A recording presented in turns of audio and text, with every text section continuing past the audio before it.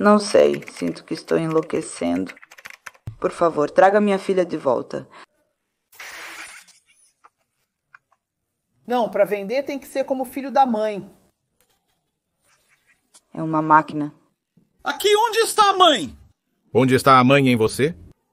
Que você não consegue acordar e dizer: aqui meu filho está me procurando. Na África do Sul, uma mulher foi condenada por vender sua filha de 6 anos para um feiticeiro. Supostamente por seus olhos verdes e pele clara. Ela vendeu sua filha por apenas $1.000 americanos, supostamente para alimentar seu vício em drogas.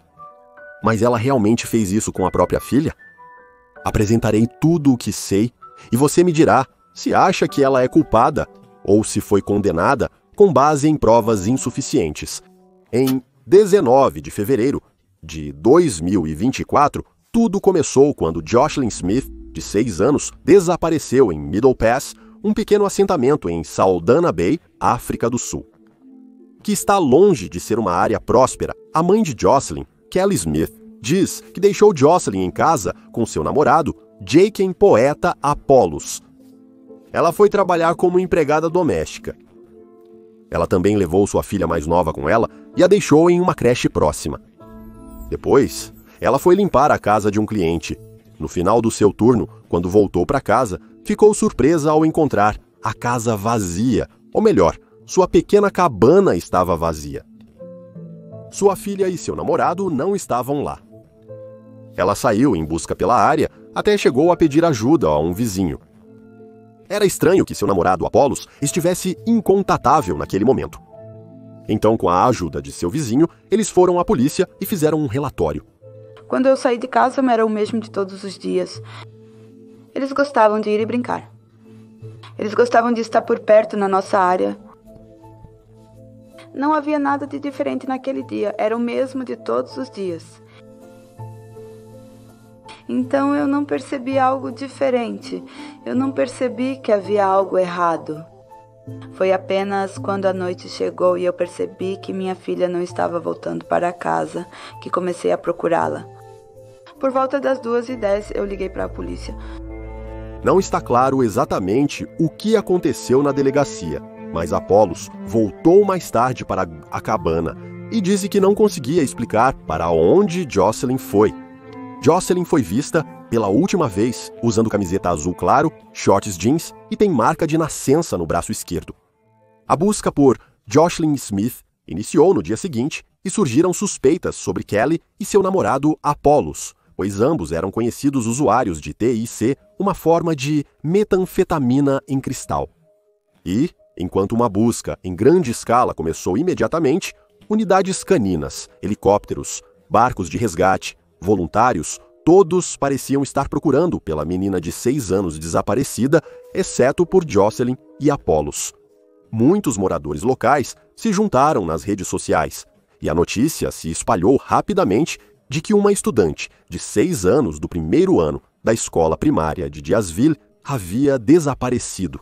Estar ausente na busca de sua própria filha definitivamente levantou bandeiras vermelhas suficientes para que detetives da Unidade de Violência Familiar, Proteção à Criança e Delitos Sexuais visitassem Kelly e Apollos em sua cabana em Middle Post, enquanto o detetive Milstein os entrevistava. Uma unidade canina vasculhava sua casa e encontrou algo perturbador, um lençol e uma fronha manchados de sangue.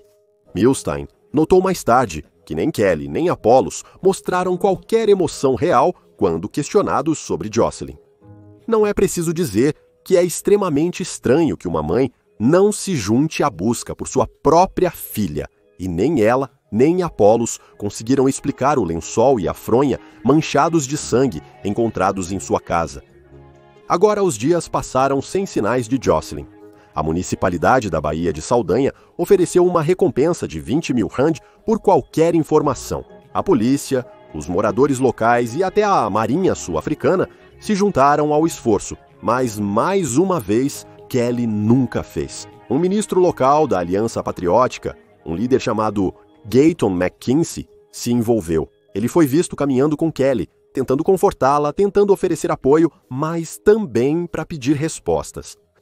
Após um tempo, os moradores locais ficaram fartos do comportamento de Kelly. Eles acusaram Kelly e seu namorado de envolvimento no desaparecimento de Jocelyn. Ficou tão ruim que a polícia teve que intervir para impedir que uma multidão enfurecida tomasse as coisas em suas próprias mãos e prevenir um possível linchamento. Quando Apollos finalmente falou, alegou não saber o que aconteceu com Jocelyn naquele dia. Ele diz que se sente mal, se sente responsável, mas ele realmente não tem ideia de onde ela foi. Ele afirma que a viu, pela última vez, brincando com amigos do lado de fora. Mas há um problema aqui, claro, um de responsabilidade. De acordo com Kelly, ela deixou Jocelyn aos cuidados do namorado, mas ele nunca a viu assim. Contudo, Kelly aparentava também ter seus defeitos. Devido ao seu comportamento após o desaparecimento de Jocelyn, muitos a culparam mais do que seu namorado, especialmente Gaten Mackenzie, líder da Aliança Patriótica. Segundo ele, quando conheci Kelly, não consegui dormir, disse em uma postagem no Facebook. Eu sabia que tinha encontrado uma suspeita. Ele falou sobre como, em um culto para Jocelyn, Kelly foi vista dançando, agindo, nas palavras de Mackenzie, como alguém que planejava fugir. E comentários como esses, de um ministro influente, influenciaram ainda mais a opinião pública.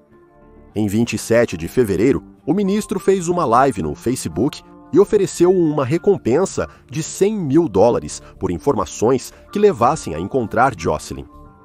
Kelly também apareceu nesta transmissão ao vivo, e durante a transmissão ela afirmou que estava limpa do tique há 7 dias. Ele estava convencido de que ela mentia sobre seu vício, e provavelmente sobre tudo mais também. Segundo ele, é difícil largar o cristal de metanfetamina, e se faz apenas 7 dias, ela não estaria agindo normalmente sem mostrar sintomas de abstinência. Mas a maior bomba de todas essas acusações são algumas das pessoas mais próximas de Kelly, especialmente sua própria irmã, Daniels. Ela também apareceu neste Facebook Live e lá ela soltou uma bomba. Ela simplesmente disse que Kelly uma vez disse a alguém que queria vender seu próprio filho. Sua irmã contou que ligou para Kelly no dia 26 de fevereiro, por volta das 12h55, cansada de tudo, e perguntou diretamente onde Jocelyn está. Segundo ela, Kelly respondeu que Jocelyn está aqui no assentamento informal, alguém quer vender meu filho, mas Saldana está muito acalorada agora. Se for verdade, essa é uma informação que Kelly nunca compartilhou com mais ninguém. Sua irmã mencionou como, na primeira ligação, Kelly parecia angustiada, mas quando ela ligou de volta para Kelly, Kelly estava alegre. Segundo ela, Kelly disse que o ministro acabara de comprar roupas para seus outros 2 filhos, Ruken e Rochelle. Mas quando Daniels pressionou-a sobre Jocelyn, Kelly apenas continuou falando sobre as roupas. Então, ainda mais testemunhas vieram à tona. Nico Stephen Coetzee, um evangelista de Saldana, disse que havia falado com Kelly Smiths meses antes de Jocelyn desaparecer. Segundo Coetzee, em agosto de 2023, 6 meses antes do desaparecimento, Kelly havia se confidenciado a ele, pois eram da mesma cidade natal. Ela disse claramente que estava planejando vender todos os seus filhos. Segundo Nico, Kelly disse a ele no início daquele ano, em 2024, que Saldana se tornaria como uma cena de filme de Hollywood. As pessoas estariam procurando por seu filho desaparecido, pois ela o enviou para longe. Se isso é verdade, que tipo de mãe até brinca com isso, sem falar em pensar nisso? Mas a coisa mais triste de tudo isso é que se Jocelyn não era amada por sua própria mãe, então pelo menos a amiga da família, Natasha Andrews, estava no processo de adotar Jocelyn, devido ao que ela descreveu como negligência severa, condições de vida precárias e, claro, o uso de drogas por Kelly. Jocelyn costumava ficar com Natasha, principalmente nos fins de semana e feriados, incluindo dezembro do ano passado. Natasha se dispôs a incluir Jocelyn em seu seguro para assegurar o futuro da criança. Mas a adoção nunca aconteceu. Ambos os pais, Kelly e o pai biológico de Jocelyn, Jose, recusaram-se a dar consentimento. Não se sabe por que os assistentes sociais nunca se envolveram. Natasha disse que ficou devastada ao saber do desaparecimento de Jocelyn. Ela recorda que na noite do desaparecimento de Jocelyn, 19 de fevereiro, Kelly apareceu em sua residência tarde da noite, pedindo fotos da filha. Uma coisa estranha para uma mãe pedir a um vizinho. E depois disso, ela lembra que Kelly só se juntou aos esforços de busca uma vez. Com tantas pessoas apresentando suas suspeitas, a situação não parecia favorável para Kelly e Apollos. Mas a única coisa a favor da defesa deles é que ambos fizeram testes de polígrafo e ambos passaram. Mas ainda assim, nem todos estavam convencidos. O ministro Gattin McKinsey interveio. Fique atento. Se estiver sob efeito de drogas, isso pode afetar o resultado do teste. Sua frequência cardíaca e pulso estão anormais. Um polígrafo e um teste de drogas não se misturam. Nada está normal. Isso não deve ser considerado como prova. Mas apesar do que ele disse em público, algumas pessoas questionaram quão genuíno era Gattin McKinsey. Porque, como se vê, ele disse que teria uma fundação para Jocelyn Smith e que doaria seu salário ministerial para ela. Mas, como se vê, a fundação nunca existiu. Ele foi criticado por não cumprir sua palavra, já que criar uma fundação sem fins lucrativos leva apenas cerca de 2 meses. Isso até 2 de março, quando o ministro da Polícia da África do Sul, Peki Cele, chegou a Middle Pass para tranquilizar uma comunidade abalada. Ele se comprometeu a intensificar a busca por Jocelyn e cumpriu sua palavra. Em um campo aberto nas proximidades, os buscadores encontraram uma faca, roupas manchadas de sangue e um lençol. Mas dias depois, a polícia confirmou que nenhum do DNA correspondia ao de Jocelyn. Mais uma vez, as pessoas comentaram como nem Kelly nem Apollos participaram da busca. Enquanto isso, o pai biológico de Jocelyn, José M. Koo, viajou do Cabo do Norte para ajudar a procurar sua filha. Ele disse que não entendeu como ela desapareceu. Eu acho que ela foi traficada. Ela está em algum lugar por aí. 2 dias depois, a polícia anunciou a prisão de 4 pessoas relacionadas ao desaparecimento de Jocelyn Smith. 2 homens, 2 mulheres. Entre eles, a própria mãe de Jocelyn, Kelly, seu namorado, Apollos, sua amiga, Stavina Van Ryn, e um sangoma, ou curandeiro tradicional, chamado Phumza Sigarka. Todos os 4 foram levados para interrogatório, e durante uma exaustiva interrogatório de 36 horas, surgiram 2 confissões, uma de Apollos, a outra de Van Brien. Eles admitiram: Jocelyn foi vendida para mute, ou sacrifício para práticas ocultas, por apenas 20 mil rand, pouco mais de $1.000 americanos.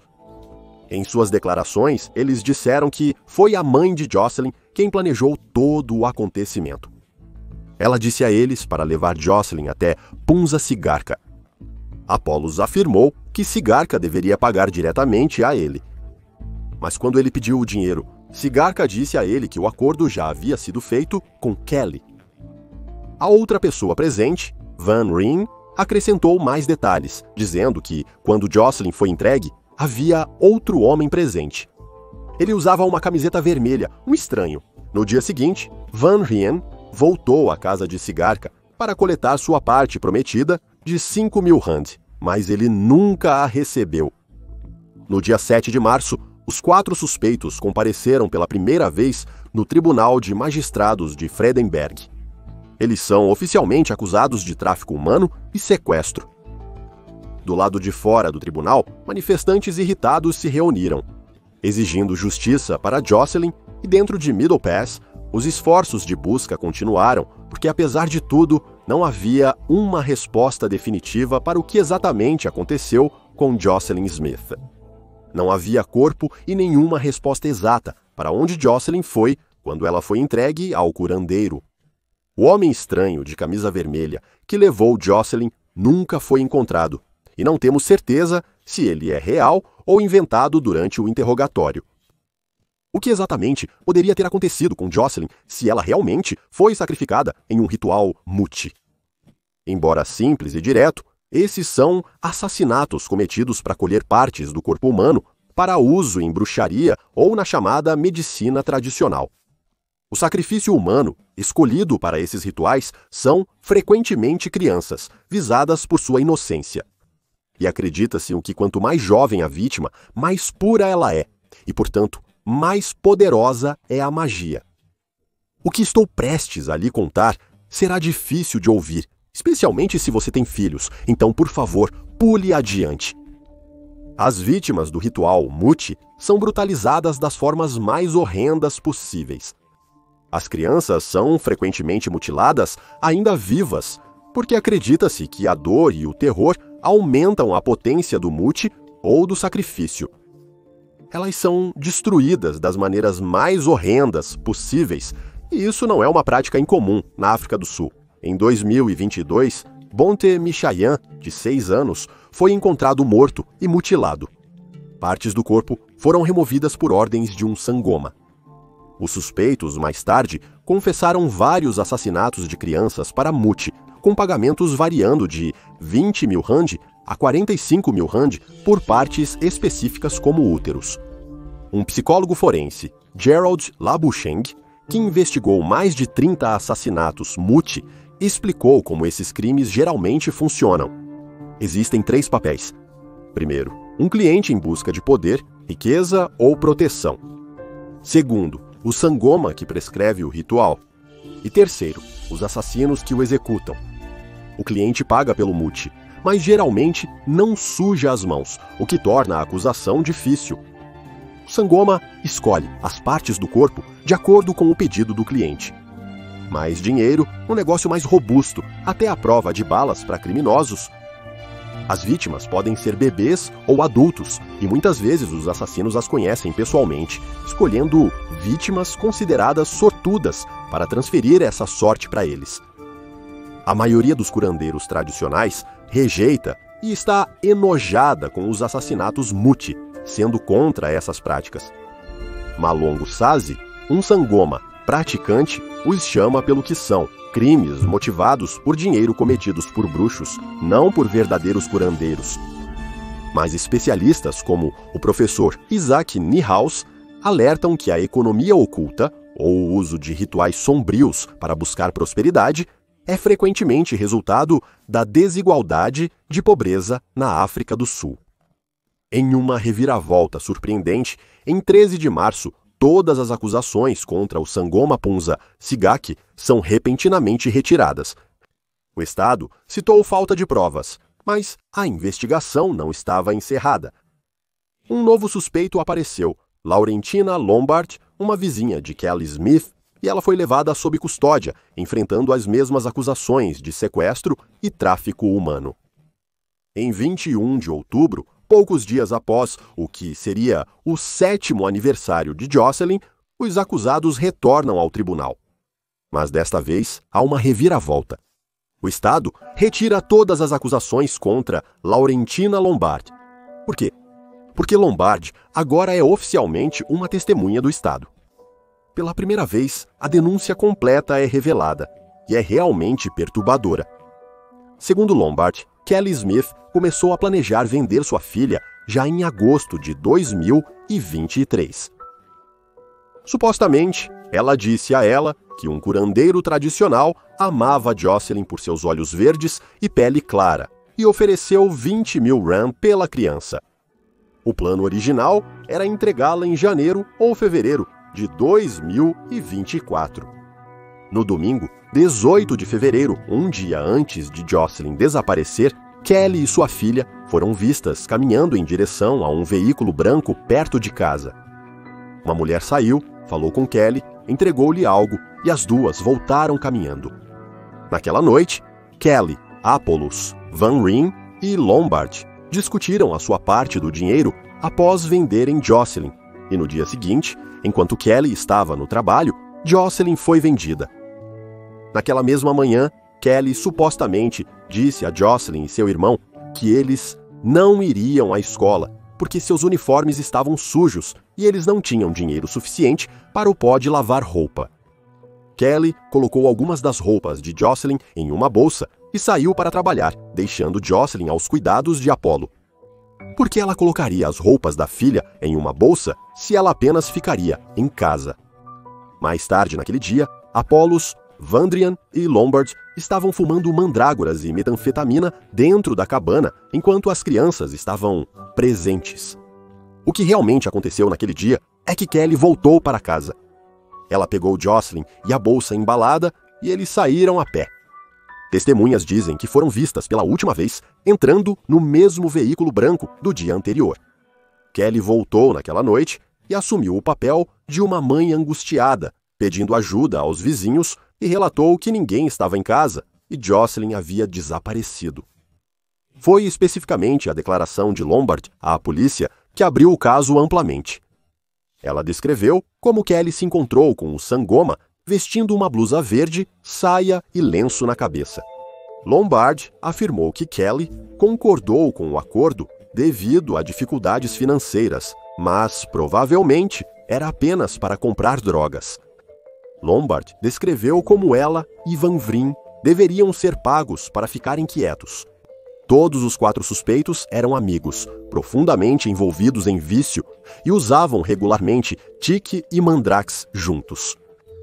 Lombard admitiu inicialmente ter mentido dizendo que estava drogada e assustada, mas agora afirma ter testemunhado Jocelyn sendo empurrada para dentro daquele mesmo Volkswagen Polo branco com aquele mesmo Sangoma em 19 de fevereiro.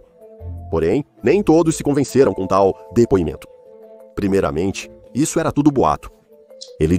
Ela disse, e esses eram viciados em drogas. Não surpreende que tenham se voltado uns contra os outros tão facilmente. Ainda não havia evidências concretas de onde Jocelyn estava. Nenhum vestígio dela, sem DNA, sem digitais, nada. Apollos alegou que foi torturado até fazer uma falsa confissão em março de 2024. Supostamente, ele foi espancado repetidamente por 5 oficiais da Polícia de Fronteira Marítima. Em 3 de março de 2025, mais de um ano após o sumiço de Jocelyn, o caso foi a julgamento. O julgamento de Kelly, Apollos e Van Vrin começou no Tribunal Superior do Cabo Ocidental, situado em Saldanha Bay. Os 3 réus alegaram inocência quanto às acusações de sequestro e tráfico humano. Eles afirmaram não saber o que aconteceu com Jocelyn ou seu paradeiro. O juiz Nathan Aramis, que preside o julgamento, deixou claro desde o primeiro dia: o caso deve ser tratado de maneira eficiente. Seu objetivo era concluir tudo em 4 semanas, mas levou até 30 de abril para encerrar o caso. A promotoria chamou mais de 30 testemunhas, mas a defesa, eles não trouxeram nenhuma testemunha própria. Em vez disso, eles confiaram apenas no interrogatório das testemunhas do Estado, tentando levantar dúvidas sobre a credibilidade de seus depoimentos. Edna, professora de Jocelyn Smith, foi uma das testemunhas. Ela disse que a mãe de Jocelyn, Kelly, a chamou no dia seguinte ao desaparecimento de Jocelyn e disse que um homem nigeriano a havia chamado e dito que Jocelyn estava em um container em um barco para a África Ocidental e que ela tinha que agir rápido. Edna disse que não se manifestou antes porque tinha medo de que a comunidade pudesse matá-la.